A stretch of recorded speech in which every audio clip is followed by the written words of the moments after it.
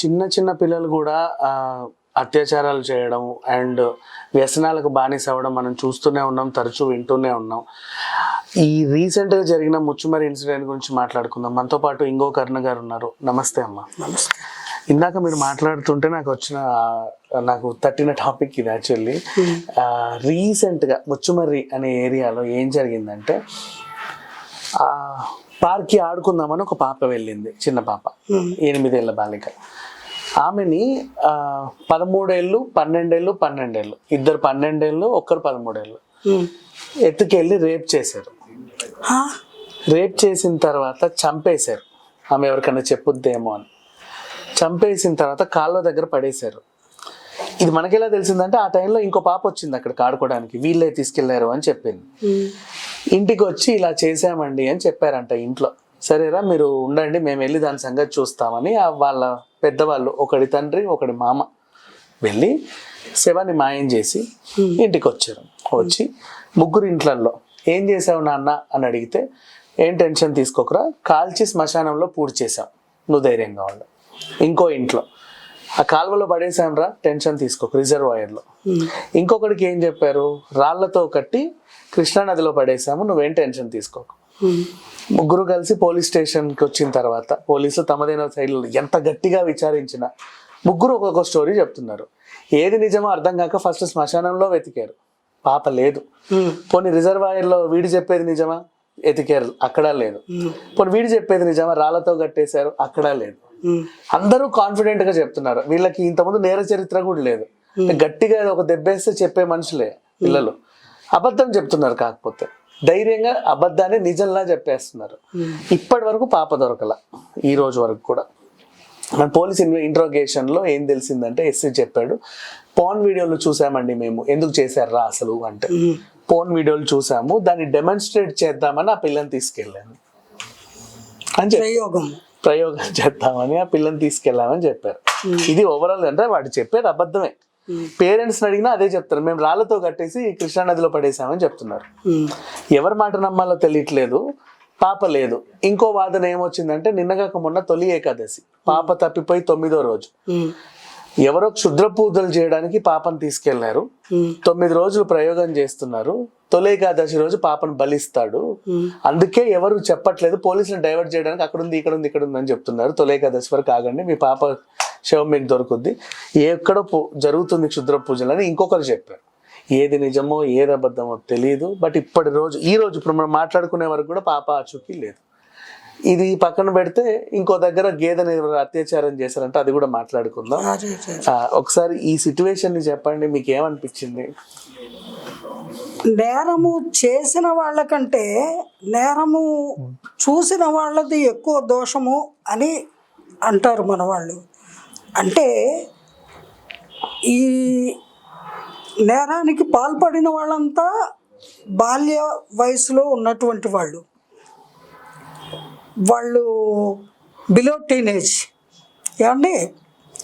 వాళ్ళు అందుకే ఇంటికి వచ్చి పిల్లల్ని చంపేశారు కాబట్టి, చచ్చిపోయిందో మరి వాళ్ళకే తెలియాలి, వాళ్ళు ఇంటికి వచ్చి ఉన్నట్టు చెప్పేశారు భయంతో.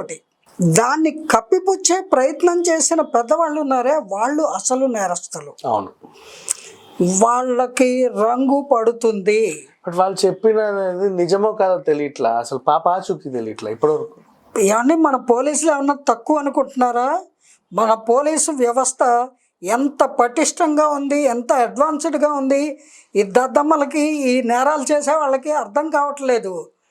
ఇవాళ కాకపోతే రేపైనా వాళ్ళ తాట తీస్తారు, వాళ్ళ తోలు ఒలుస్తారు, వాళ్ళని జైల్లో పెడతారు.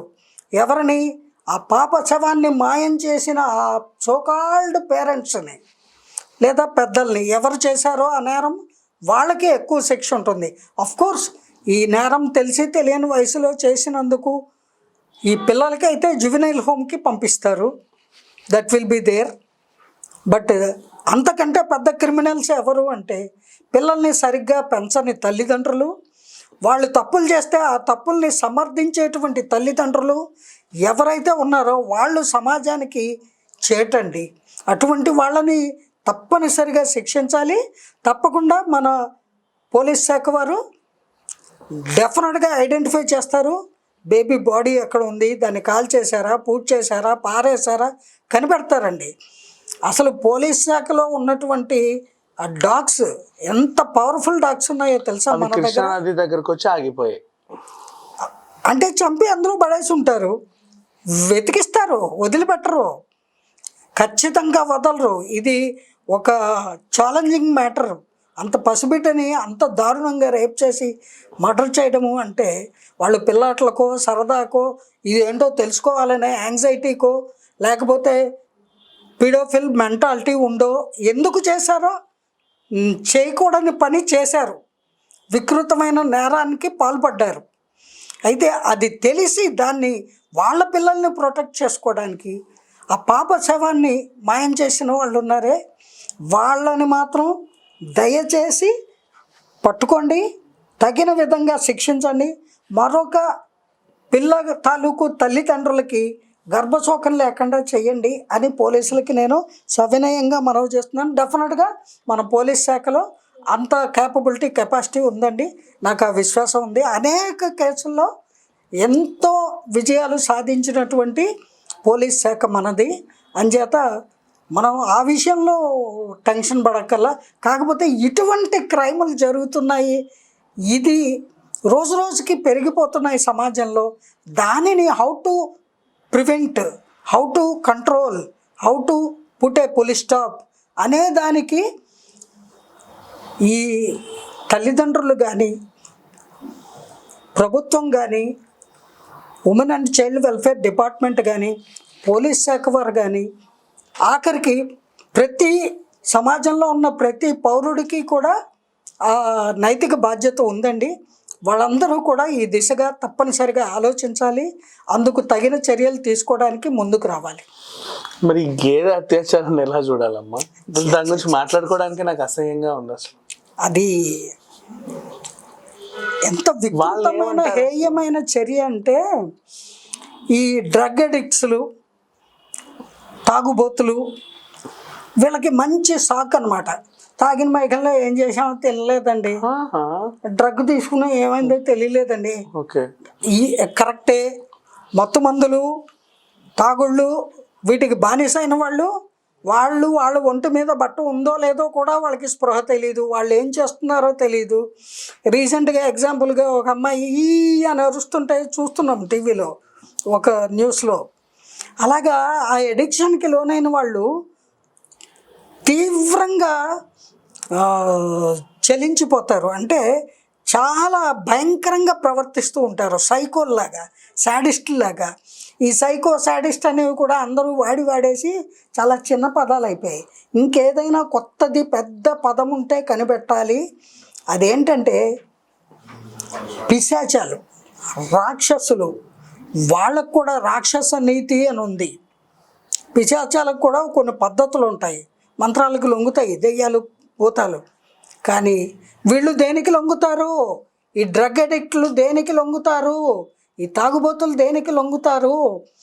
వాళ్ళని ఆ దిశగా దేనికి లొంగుతారు అనేది వీళ్ళందరూ కలిసి సమాజం కూడా తన వంతు బాధ్యతగా ఏం చేస్తే బాగుంటుంది అనేది సమిష్టిగా ఒక నిర్ణయం తీసుకొని దాన్ని సత్వరమే ఇంప్లిమెంట్ చేస్తే కొంతైనా క్రైమ్ రేటు తగ్గుతుంది అని నా భావన. కాకపోతే నాయనలారా, మీరు అసలు మానవాకృతిలో ఉన్న దానవాగ్రేసరులు, అంటే రాక్షసుల్లో అగ్రగణ్యులు. రాక్షసులు కూడా చాలా బెటరు, పిశాచాలలో మీరు అగ్రగణ్యులు, దయ్యాల కంటే అగ్రగణ్యులు.